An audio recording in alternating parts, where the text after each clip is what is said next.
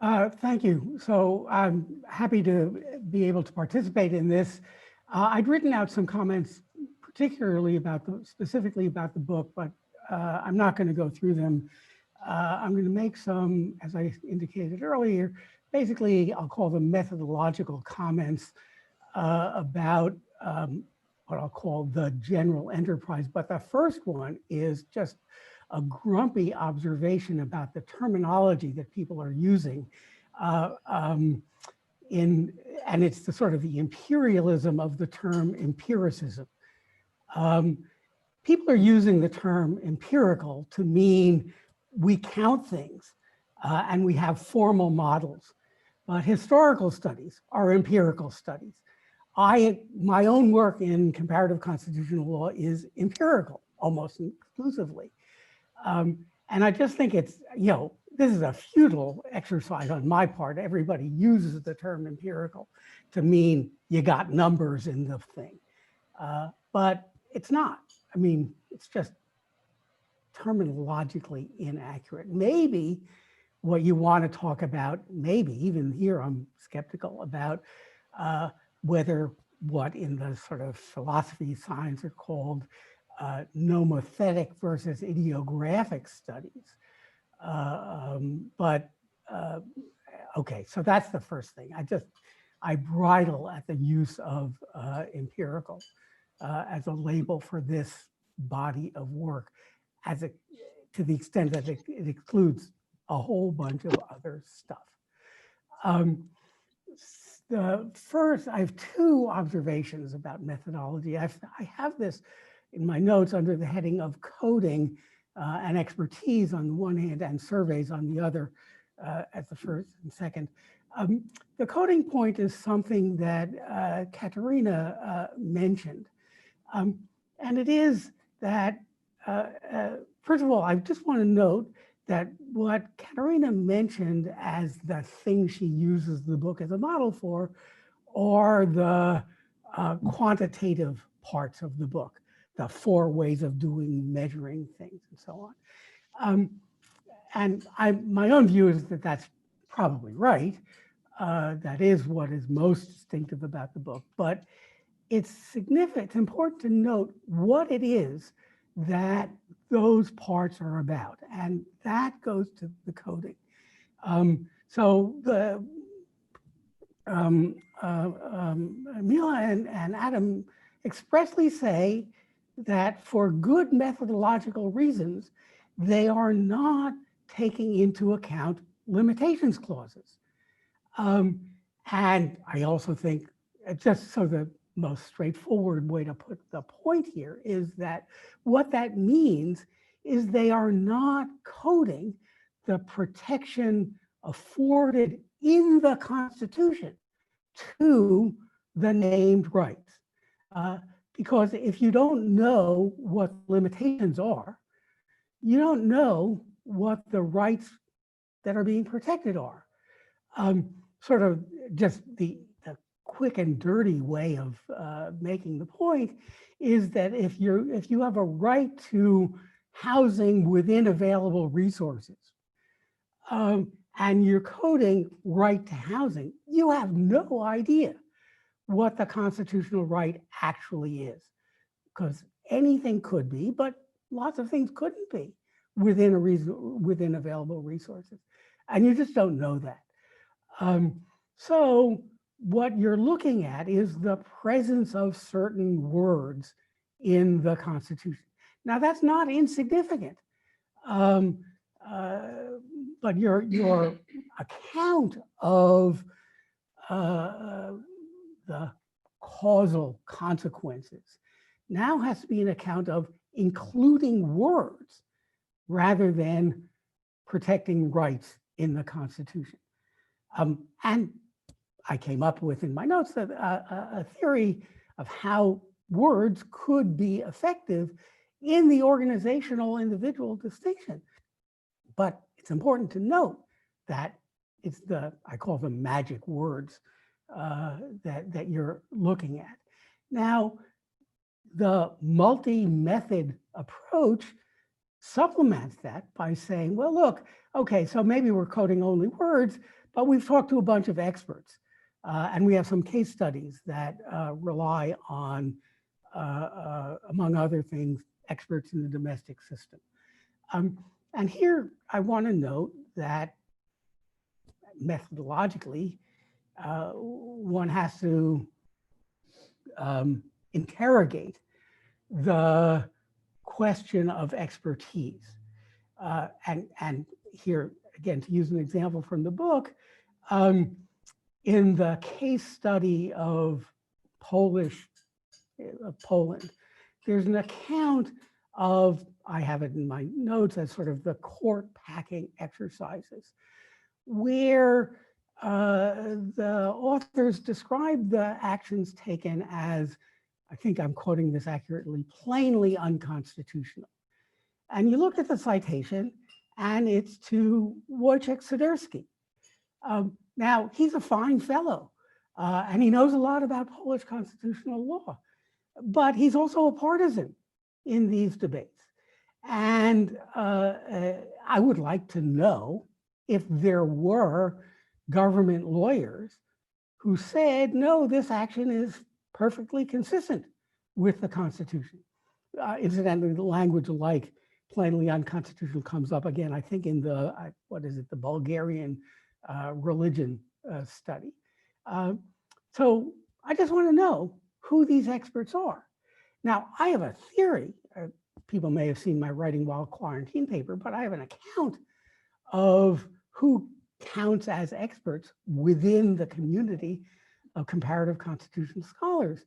And the experts are going to be, because, we don't know, I certainly don't know Polish or Bulgarian.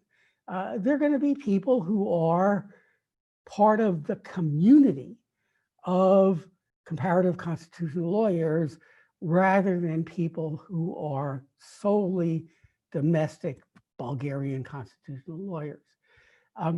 And I'm reasonably confident in asserting this. I don't have numbers to support it, but I'm reasonably confident in asserting that the participants in the international community of comparative constitutional lawyers, the experts who are being quoted and relied on, necessarily relied on, are not, have a politics of their own that bears on their accounts of what's happening in the nations. And so the case studies have to be, to the extent that they rely on domestic experts rather than the authority of the authors themselves, have to be, as I put it, interrogated. My final point, because my time's running out, is about the surveys. Another one of the methodological things. And here, some aspects of the concern about expertise come in because, at least as reported in the book, maybe other people do things differently. The surveys in the book have two layers of, are two layers removed from the Constitution. First, the surveys say legal experts, what's the, I forget the word, the treatment condition is an assertion that legal experts say X. Okay.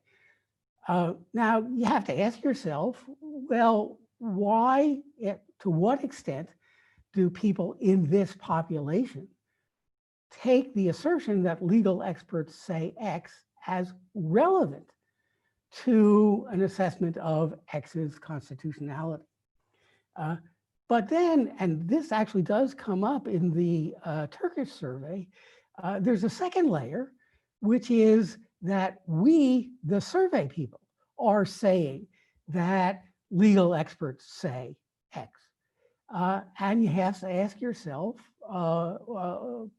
again, why do people, or to what extent do people in the surveyed population think that assertions by the people giving the surveys are providing accurate information that they should regard as accurate. Just wanted to close with one point, going back to the Swiderski example. So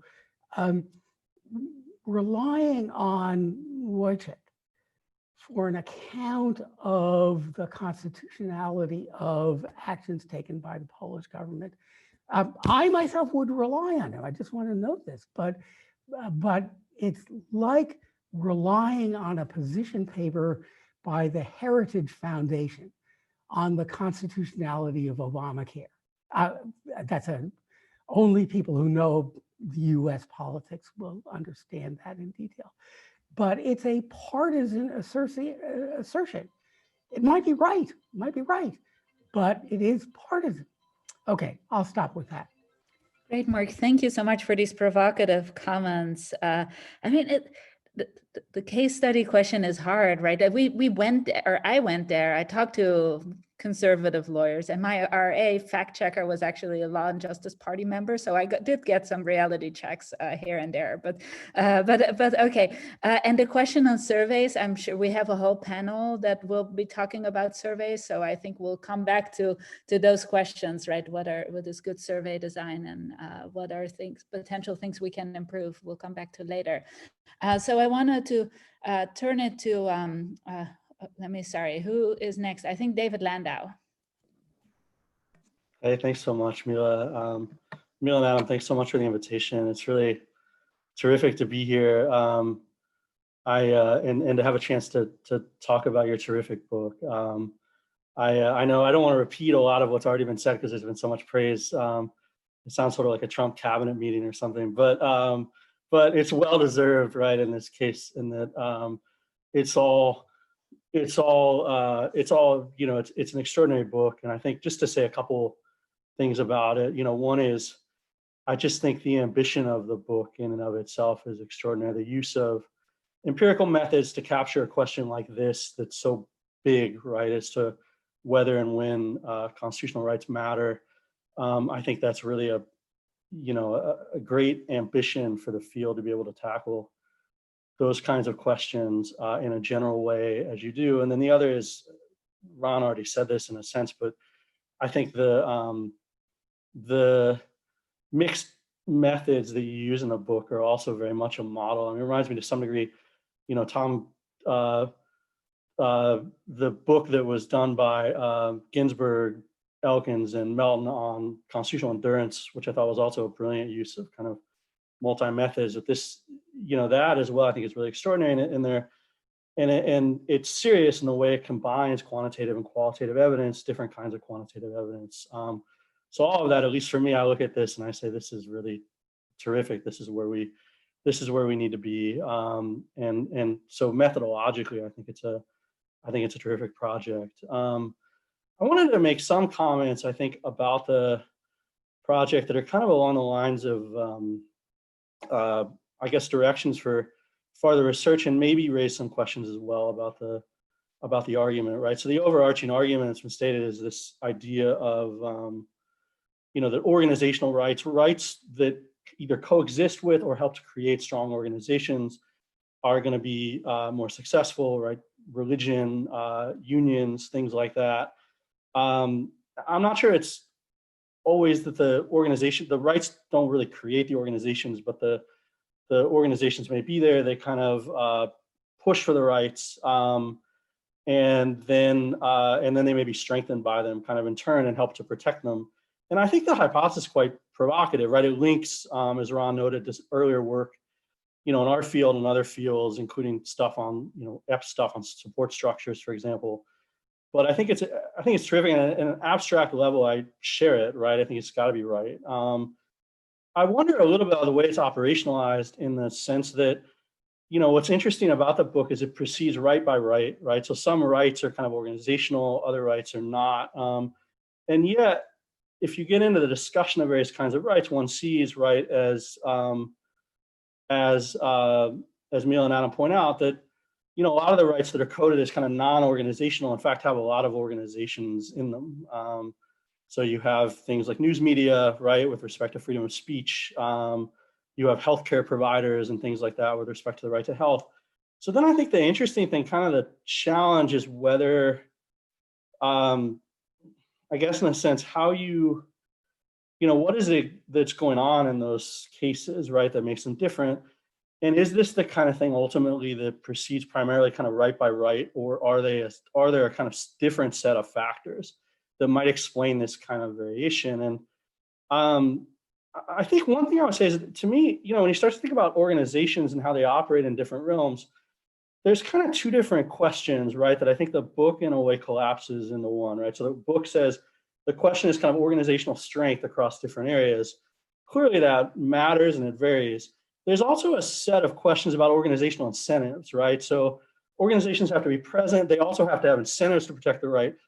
And it's going to be most effective when the incentives of different actors and groups align rather than being in conflict, right? And this is complex. I mean, I think this is where some of the case studies in the volume are so valuable, right, in creating kind of nuance with respect to the argument. You look at the Russian case, for example, the Russian Orthodox Church is very powerful, right? We know this. Sometimes it backs up the right. Other times, when it's just dealing with, you know, smaller minority religions, it kind of just is happy to create a sort of majoritarian imposition that undermines it. So I think these patterns, you know, a lot of these patterns might be explained by questions of incentives rather than overarching strength. And I'm not entirely convinced those can be analyzed at a right by right level. There's a more kind of micro story there, I think, right, in a lot of ways. Let me give a few kind of comments about that pick up some of the case studies. And I think here, obviously, I'm trying to kind of advance the argument I'm making, but at the same time, the methodological question that I want to put on the table, I think, is really interesting, is like, when you do mixed methods research of this type, what's the goal of the case studies, right? What are you adding to the empirical research? What are you trying to achieve and show with respect to the case studies? So first, the kind of socioeconomic rights stuff, I'm picking up really on areas I work on, not surprisingly, right? But this speaks to a huge debate about the effectiveness of these rights, right? It's an old debate and a really important one. Do socioeconomic rights actually work? And it's interesting, the argument you're making is a little bit different than the normal argument in the field, which is about things, you know, that it picks up on organizations, but it's more about the inherent challenges of enforcing a positive right, right? For example, questions of capacity and legitimacy, things like that. And I'm interested in how your argument kind of overlaps with that one. I almost think a fair test of that point, given that there is this big argument in the literature about how social rights tend to fail, right, a lot of the time, would be to pick up on other kinds of socioeconomic rights where organizations are stronger, right? And I wonder what that would look like. Maybe indigenous rights would be a fair test in some ways.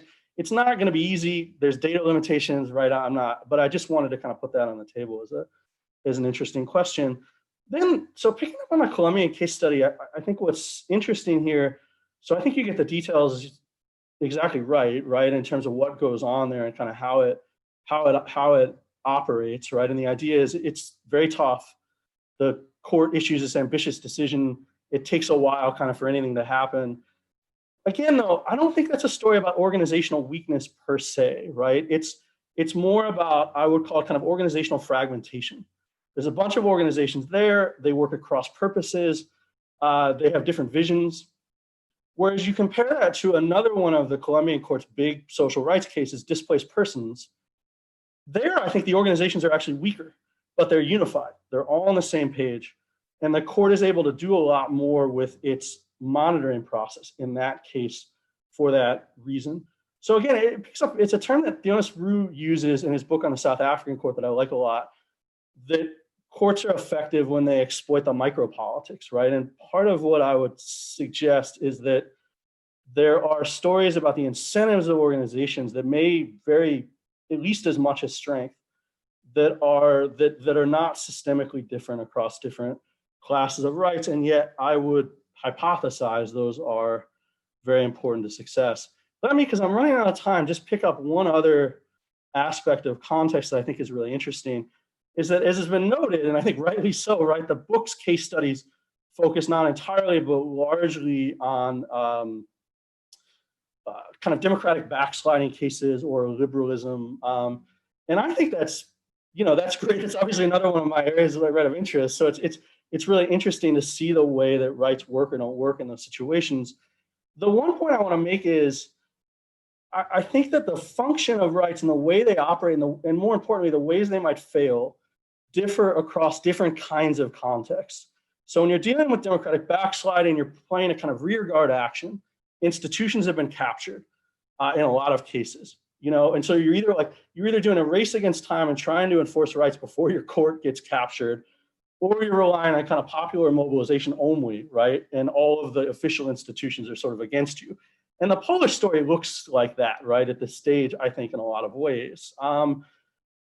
Rights, on the other hand, what's kind of missing from that case study and is interesting are the prior period, right? How did the rights work in a transition from authoritarianism to democracy and in a kind of maturing democracy? Rights still fail in those situations, but I don't think they fail for the same reasons, right? I think there's other types of problems about judicial capacity and the sort of will of the political branches. Some of this may pick up on the kind of old difference between transformative and kind of preservative constitutionalism. I don't know, right? But I think that's another question of context where I would wonder about. Now, as Stephen notes, you control for regime type, right, and things like judicial independence. And I think some of this stuff would be really hard to code and get at, but I would suggest that you almost want, and I don't know whether this is there somewhere, right, but like almost a coding for direction of change and that kind of thing as well to capture some of these differences in the different ways and reasons that rights tend to fail across contexts. And all of this, again, I think in the spirit of suggesting some lines to expand what is a brilliant book and a book that I've been thinking about since I got it, right? And I think is going to preoccupy me for a long time to come. So thank you. David, thank you so much. And a lot of the things you said are things we've thought about, and if we don't give up on rights, as some people suggest as the next topic of inquiry, then I think these are definitely avenues to consider. And I would love to also, maybe later today hear from Camilo on his assessment of the Colombian case, which I think you may have similar views on that, having spoken to both of you. But in any case, let's move. And there is a lively discussion going on in the chat box for anybody who's interested in procrastinating while talking happens. On that note, I guess we're going to the next David Law. I need to get in this habit of unmuting myself, although some people may enjoy the silence actually when it comes to So again, it's really great to be here and to see this project to fruition and to see that this terrific book that it's germinated into. And I think that as I recall from an earlier conference, there was a lot of talk of you really got to foreground this organizational constitutional rights concept, and it's really foregrounded. And I think that look, the methodological arguments, the empirical arguments, I think they're pretty good. But like the thing with empirical arguments, some people are always going to quibble with them, the methodology, the results, the findings. But you can't quibble with the conceptual contribution here. Like this is really big. So just a couple comments on the book, and then some thoughts on a measuring constitutional phenomena project that I'm kind of starting to think about. So I'll try to do a bit of both. Right, a couple minutes first on the book. So a couple of comments were, what's the theory of organizations here? And, what are the kinds of, organizations that can capitalize on rights? Why parties and unions and churches, but not media or civil liberties organizations? What distinguishes them? And then it's clear that a lot of work has gone into the conceptual framing to kind of build up against those objections. And I thought it was great that there's this, media organizations, you talk about how media organizations are unlike these other like religions and unions, and that they don't have a member base they can call upon to resist the government. So it might be one thing you could, you say there has to be the implicit theory of organizations is that there has to be a grassroots element to organizations for purposes of an organizational constitutional right. And I think also the qualification about some rights having protective constituencies, but that being different, I think that's a welcome and necessary qualification. When you add together the, well, this kind of organization doesn't count, that kind of organization doesn't count, it is, you're building toward a theory of what organizations are. And then some might raise the question of, well, are you gerrymandering the concept of organization in order to make your argument? And like that occurred to me too. And then I thought, well, there's actually a couple decent responses to that.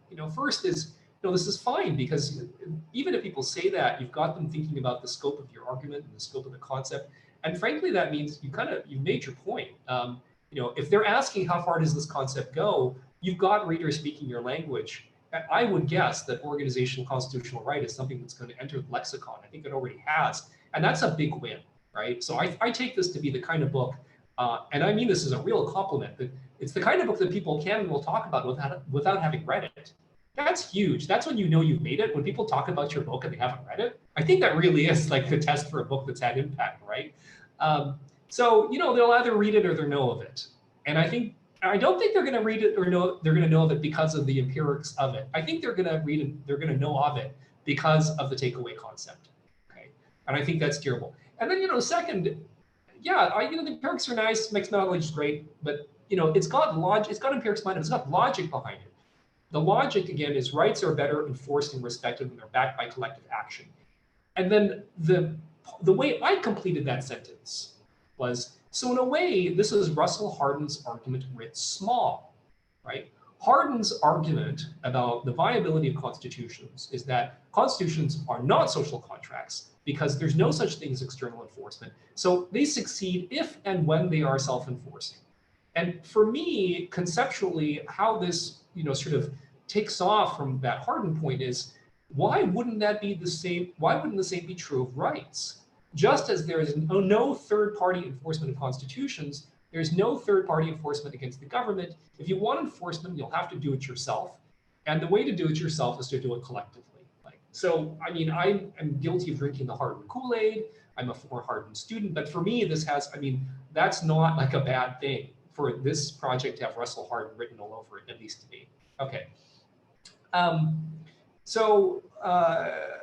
One other thought on the book itself, do you want to make, there's a stronger version of the argument about the type of organization for which this applies and a weaker version. It seems to me the stronger version is, are you potentially arguing that that organizational constitutional rights are such that the existence of the organization depends on the right? And that's how you sort, what counts and what doesn't count as an organization. Media organizations can exist even absent freedom of speech, as long as they don't mind bending whichever the way the wind blows. I think implicitly that's what you're saying. Whereas, religions, a lot of them are organized religions, and you can't have organized religion without an organization. So end of story, right?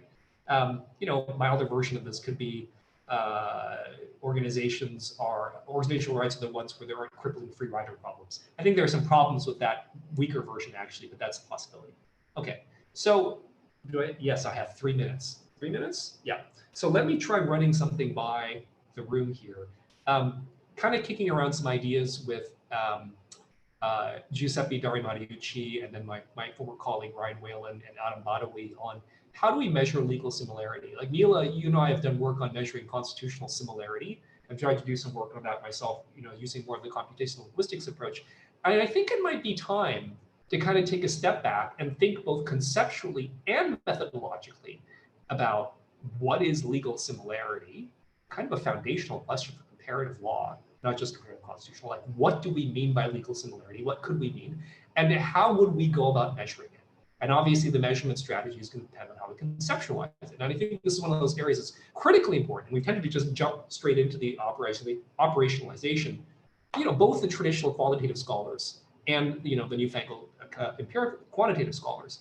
And so, I kind of want to suggest that there are, I want to throw something out in the chat here so people can kind of see it. So two parts to this, the framework here. One is, what might we mean conceptually by similarity? What are the ways in which laws can be similar? They could be similar in terms of the concepts and norms themselves are the same. It could be just the terminology is the same. It could be the application is the same. It could be the functions are the same. It could be the style is the same. What else? What else could we be referring to when we talk about legal similarity? Okay, so that's the conceptual part of it. Then, I kind of want to throw out here some potential measurement strategies for, how to think about legal similarity. There's substantive similarity, and then that's probably going to be holistic, impressionistic / hermeneutic / expert judgment. Probably qualitative. I don't think we have the quantitative or computational tools to do a quant take on substantive similarity. It could be inventory similarity, which could be directional or non-directional, right? Does the document cover X, Y, and Z? Does it address X, Y, and Z in the same direction or the opposite direction? That's sort of what we see in most coding schemes. We could be looking at linguistic similarity. We definitely have the tools now to measure linguistic similarity with a growing degree of sophistication. Or we could be talking about, I guess, I'm not sure what to call this, but structural similarity. For example, we see work with citation networks, cross-reference networks. Maybe that's a way of getting at some meaningful version of legal similarity. So I think that I do think this is foundational. I think it's a question for all of us in comparative anything law, certainly comparative constitutional law. And I welcome any thoughts on, if there are, particularly the conceptual side of this, if there are people who have really tried to pull this together, and we just have overlooked it because, as you know, comparative common law has an odd relationship to comparative private law, right? Has this been done? We don't want to reinvent the wheel. What have people said about this? And then, what are we missing here in terms of the potential measurement strategies? And I think that's like 9.5 minutes. Wonderful. Thank you so much, David. And obviously for all of those of you who are not lawyers or comparative lawyers, like the question of differences and similarities is one of the most foundational questions that comparative law in general has always concerned itself with. So to think about that in empirical terms is obviously a big challenge and very interesting, and maybe something we can continue in the chat to ponder about as well. Okay, with that, I'm gonna turn it over to Zach. Okay, great. David mentioned that this is, or David Landau mentioned this is feeling like a Trump cabinet meeting. And one indicator of that is that all the interesting stuff is going on underneath the radar in the chat. Yeah. Yes. But I'm going to try to be, in terms of the Trump cabinet, try to be Anthony Fauci. And so try to thread this line between sycophancy and truth. And on the sycophancy side, let me tell you about 5 things I really like about this book.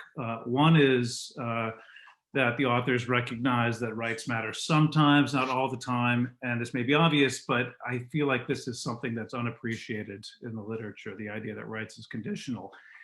And on that note, I really like that they've introduced a new conceptualization for how to think about rights, because I think that's something we always need, is good concepts and good categories to think about things, not only because some of those things are meaningful in terms of outcomes, but it just helps cognitively in terms of science, or at least scholarship, to sort these things out.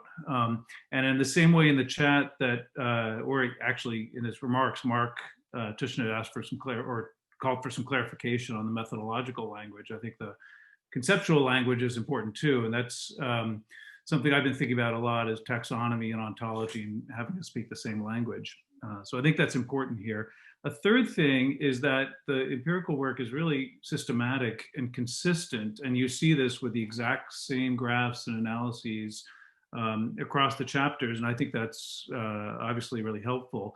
I have, in a non-Fauci moment, I have some quibbles about perhaps lack of consistency in the dependent variable. I mean, I find perhaps the coding for whether countries are complying with parties, unions, and religion, and those sorts of rights. To me, it's quite possible that the constitutional right itself is seeping into the measurement of the dependent variable, but we can talk about that if there's time. The fourth thing I really like about this book is the way it's structured. I, for one, am really excited to do some work on parties, which I've become very skeptical about, or I've always been skeptical about. And they've, the chapter right there is chock full of really interesting empirical nuggets citations and everything, and it's just the place to start for anybody like me who wants to write something like that. The fifth thing I like is I love, just in terms of style, how they refer to each other throughout the book by their first names. And for high-powered law professors to have that very personal, informal style is just kind of fun. My priors on this, in terms of the book findings, were that I was very skeptical in some ways, only because I feel like the way I experience the U.S. Constitutional context is such that rights, whether they're organizational or not, really matter. And so on the worrying side, I find that we would have much more reasonable and creative laws about guns were it not for the Second Amendment. I suspect we would have universal health care if we had a right to health. I think we'd have a more robust balance between money and politics if it were not for the First Amendment. On perhaps the positive side, I don't think we would have the same progress on race that we've made without the equality rights that are in the 13th and 14th Amendments. And I don't think we'd have the same relative harmony and unity we have with respect to immigrant minorities if we didn't have the really generous citizenship rights, the birthright citizenship right in the 14th Amendment.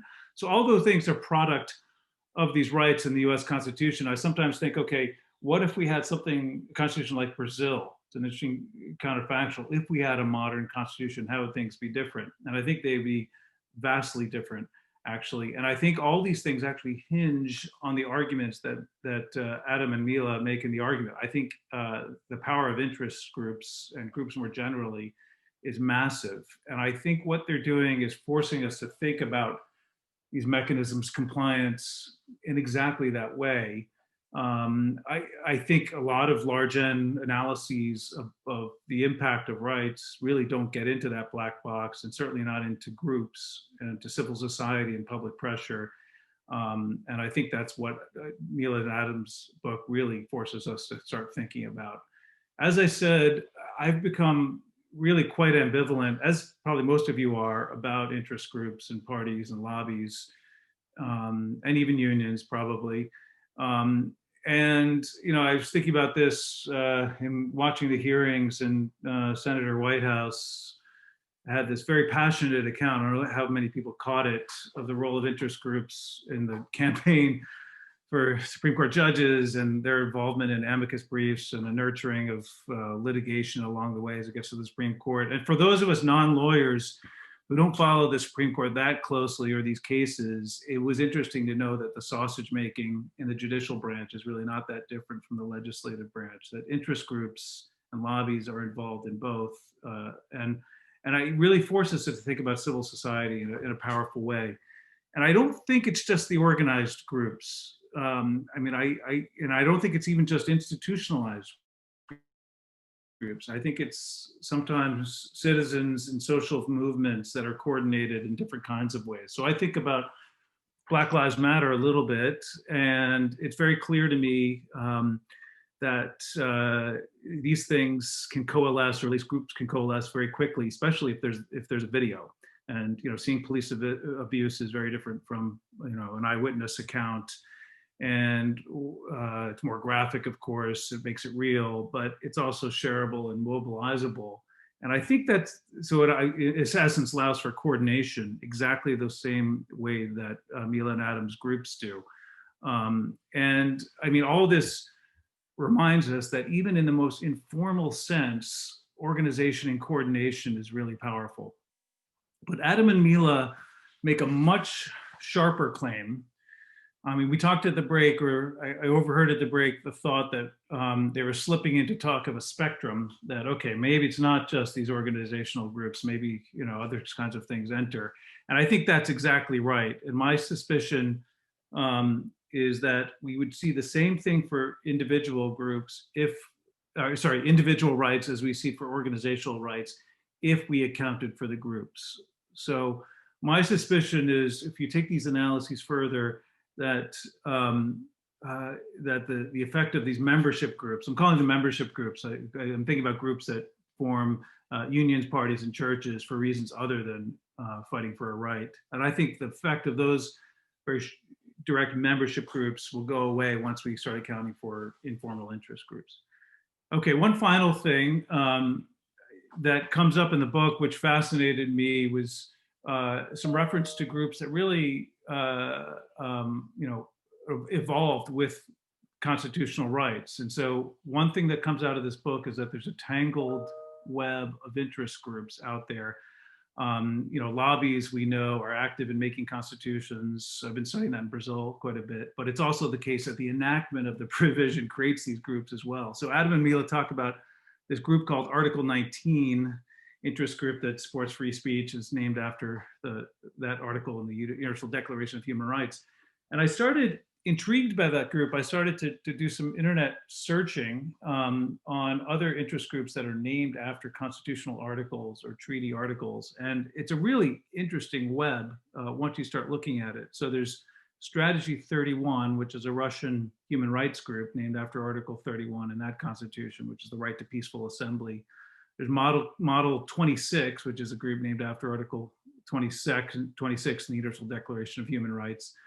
For the Germans out there, I don't know how powerful this group is, but there's Article 38, which is a group named after Article 38 in the German basic law, which is about, is basically saying that the Bundestag should be elected freely and fairly. And this group basically, goes to social media and tries to, identify the efforts of the Kremlin to interfere in the German elections, which is interesting. All sorts of other. Never heard of it. Sorry. Sorry? I've never heard of that group before. Okay, yeah. I mean, maybe this is something you only find on the internet. And there are a bunch of other groups. There's an interesting architectural group named after Article 25 that's trying to, which is the part of the UDHR for health, livelihoods, and housing. There's a Alianza 72, which is a Honduran group. My favorite are some of these commercial enterprises. So there's if you're interested in organic cotton clothing, Article 23 is an interesting company. This is, some gift shopping ideas for you. Article 22 is a jewelry company. For those of you in Boston, Article 24 is a gastropub, which you should check out. It's named after the UDHR's right to rest and leisure. Mark, maybe that's something you should take a look at after. There's some bands, there's these Sacramento Rockers have an album called Article 14, named after the UDHR article about the right to enjoy for asylum about the right to asylum. My favorite is this Israeli running company named after Article 13 about the right to movement. They've got a marathon about Article 14. So all this to say, and then I want to come back and finish with the NRA and gun rights, because obviously I feel like that is something in, a case in which an interest group was built up around a constitutional right and probably wouldn't exist as strongly as it did otherwise. When I look at images from NRA rallies, I see, Second Amendment tattoos, Second Amendment ties. I was on a plane once and the American Airlines pilot had a tie with the Second Amendment on. So they're obviously wrapping themselves in the Constitution. And so I think that back and forth among interest groups happens once things are lodged in a Constitution. And it's that reciprocal relationship is something that I think a lot of us, especially those of us who are really very skeptical of some of these interest groups, at least, should think about untangling as this goes forward. Okay, lots else to say, but I should leave it there. Thanks, Adam and Mila, for really a wonderful book. Thanks so much, Ag. I wish we had these examples in our book. They're just too cool. I hope you put them in writing for the University of Chicago Law Review online forum. And Richard just points out there is an Article 9 organization in Japan. So anyways, so we have some time to open it up for comments and discussion. Adam, do you want? Okay, you go ahead. Yeah, I had a few thoughts that I've been, building up here. So 3 points I'd make. The first is probably most related to Mark and David Landau and this discussion around terminology. I completely agree that empirical means anything with data or facts about the world, and that doesn't have to be quantitative data. That can be historical evidence, case studies, etc. at the University of Chicago, everyone tries to colonize everything that's empirical or quantitative in any way and call it law and economics. And I would always push back against that and preferred empirical legal studies as a term so that we could include sociology and psychology and various other methods, political science under this umbrella. But I do think that with the word empirical, when we use it, that it doesn't just mean data or facts about the world, that it should mean that you are holding yourself accountable to your methods. And so, you know, if you're sort of a legal scholar that writes traditional law review articles and says that this is empirical, that means that people can say that your examples are not representative, that you should think more carefully about your cases, the quality of your evidence, et cetera. And I think that's exactly what Mark was doing to us, is trying to hold us accountable for some of you know, our claims in our polling case studies. So I think that that's what we should do. Now, related to David Landau's point, what's the purpose of case studies? This project, you know, I had always done quantitative work with data, regressions, et cetera. And this project made me more convinced that we need more case studies and case studies to complement the regressions, because you just can't get at the mechanisms with the data alone often. And so I think that's important. Second point is related to Zach's comments about the ambivalence about groups.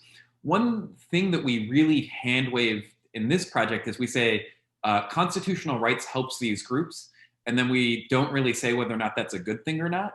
And it's not obvious in some cases that helping the groups makes things better. For instance, we have a case study on unions in Tunisia, and the unions are extremely powerful now, but have essentially ground the economy to a halt with strikes. And so the constitutional right to unions is good for unions. It's less obvious if it's good for Tunisia. And so that's probably the part of where this needs to go in the future, is to think about, you know, maybe parties are too powerful, or religious groups or unions, et cetera. You know, for instance, even to get to Katarina's point, in the US, religious groups, I think, effectively used the Constitution in April to win a series of court cases to be open on Easter and things like that. It's not obvious to me that was a good thing, but that, you know, it's sort of consistent with our theory. Third point, briefly. So Stephen had said in the first session, you know, how could it be the case that democracies don't do better? You know, look at the list of the best countries on rights in the world and the worst countries. Democracy seems to explain everything. I think we agree entirely with that, is that democracy explains everything, but the rights are like, doesn't matter as much, right? So democracies do great whether or not the Luxembourg Constitution has, you know, X, Y, or Z right in it. It's the democracy that's doing the work, not the right. And related to that, this is to Zach's final point, you know, the organization that seems to be really key. And the right might help the organization, but, you know, if you get the NRA or the ACLU to be a strong organization, that they're going to do well, even if they're not trying to lobby for an organizational right. But once you're strong like the NRA, I think that happens. All right, that was a lot of comments, but I've been saving them up. Okay, yeah, and I'm just gonna shut up because I want to hear other people talk, but that's helpful. Thank you. So Sandy has his hand up. I mean, there's so much on the table. What can I say? But feel free to make the comments. We have about 10 minutes that you feel most strongly about, or thoughts, and obviously the chat box is there too to have other conversations. But Sandy, go ahead. Okay, there's obviously a lot. I'll have an opportunity this afternoon. So let me just offer one thing right now, kind of jumping off from Zach. You know, Madison is famous for describing the Bill of Rights basically as parchment barriers. And it seems to me that one way of addressing that is who has the burden of proof. That, you know, I must say, your book persuaded me that Madison was probably right, that what goes into bills of rights will turn out to be very permeable, not all that important, except when they are. And then it's interesting, as Zach is suggesting, to try to figure out those occasions when rights provisions do turn out to be important.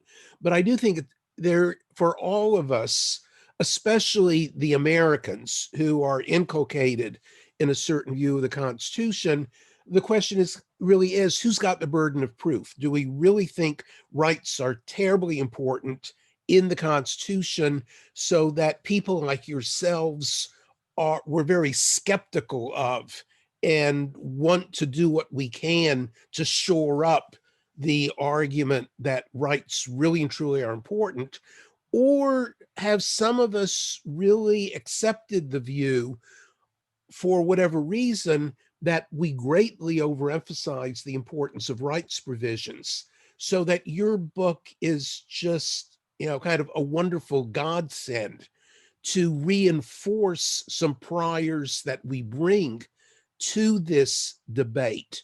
But I do suspect that at least I think every constitutional lawyer anywhere does have priors about the importance of rights, and that your book will fit in either to confirm the priors or to be antagonistic to the priors, and then generate kind of appropriate responses based on our priors. It's very interesting. Netta, you had your hand up as well. Yeah, I just thought that the conversation.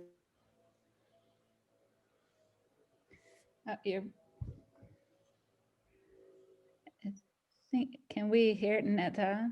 No? Okay. Netta, you're breaking up. Sorry.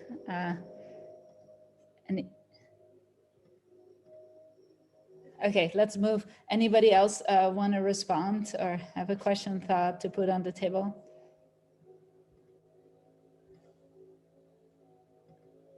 I mean, I think on Sandy's point on priors, I mean, it's obviously, this is true also for the literature on the literature on international human rights treaties, right? People take the same literature and to conclude that both the treaties do matter and that they don't. And I think the same potentially applies to us here.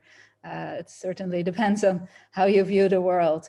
Okay, we have room for a couple more thoughts or comments or interventions. I don't know if Netta's back. Let's see. I can't see anybody on the screen, so maybe use the hand raising function. Well, if nobody else, I'll make the second point, actually relative to Netta's presentation before, that I think that one difference between religious claims and all other claims is that many religious claims are made in the name of divine sovereignty, that at one level or another, as with some of the ultra-Orthodox in Israel, they simply don't recognize the legitimacy of the state of Israel. Or even as with, say, evangelical Protestants in the United States, or some Roman Catholics in the United States, there is a prudential recognition of state sovereignty. But when push comes to shove, the loyalty is to the divine sovereign. And I really do think that is different from, say, a labor union and whatever arguments it makes with regard to freedom from state control. Very few unions are going to claim that God has ordained them to do thus and so. Mm-hmm. Yeah, and that's a very interesting point that we do recognize, but maybe not enough, and it's definitely important. Netta said she's back. Netta, are you back? Yes. Okay. Sorry about that. My internet has Zoom fatigue. So I've noticed that it always runs tired after long Zoom meetings, exactly the moment where I want to speak. So when I was absent, Sandy began talking about something which is quite similar to what I wanted to say, but I want to take a step back and just say that the conversation about organizational rights and individual rights, which is obviously a really important conceptual contribution of the book, I think is really interesting for another reason, which I think has not been mentioned so far, and that is conflicts of rights. So what happens when an organizational right conflicts with an individual right? And I think Katerina alluded to that before when she talked about the right for education, because teachers are usually organized in unions and parents and children are not. And I think what's really interesting is that the rights of organizations, I think, turn out to be stronger, not only because organizations have this capacity to better exercise and litigate the rights versus governments, they're also effective in exercising the rights against the rights of citizens. And so that's another reason that parents, for example, come out with their children at home, although there's such a big interest group, not just because they're not organized to sue the government, but also because they're facing another party, which is the unions of teachers. And we see that, I mean, with equality, religion conflicts, which we're going to talk about virtually after the break and so on. So. Now I'm muted, sorry. Wonderful, thank you so much. I saw more hands now, but I do think we should try to stick to the schedule. So let's have another 15-minute break and then we'll come back and we have a number of sessions where we have new papers being presented just to showcase empirical work, although Mark is right, there is no case study research presented in these papers, which was not on purpose, but we can talk about that and about the papers.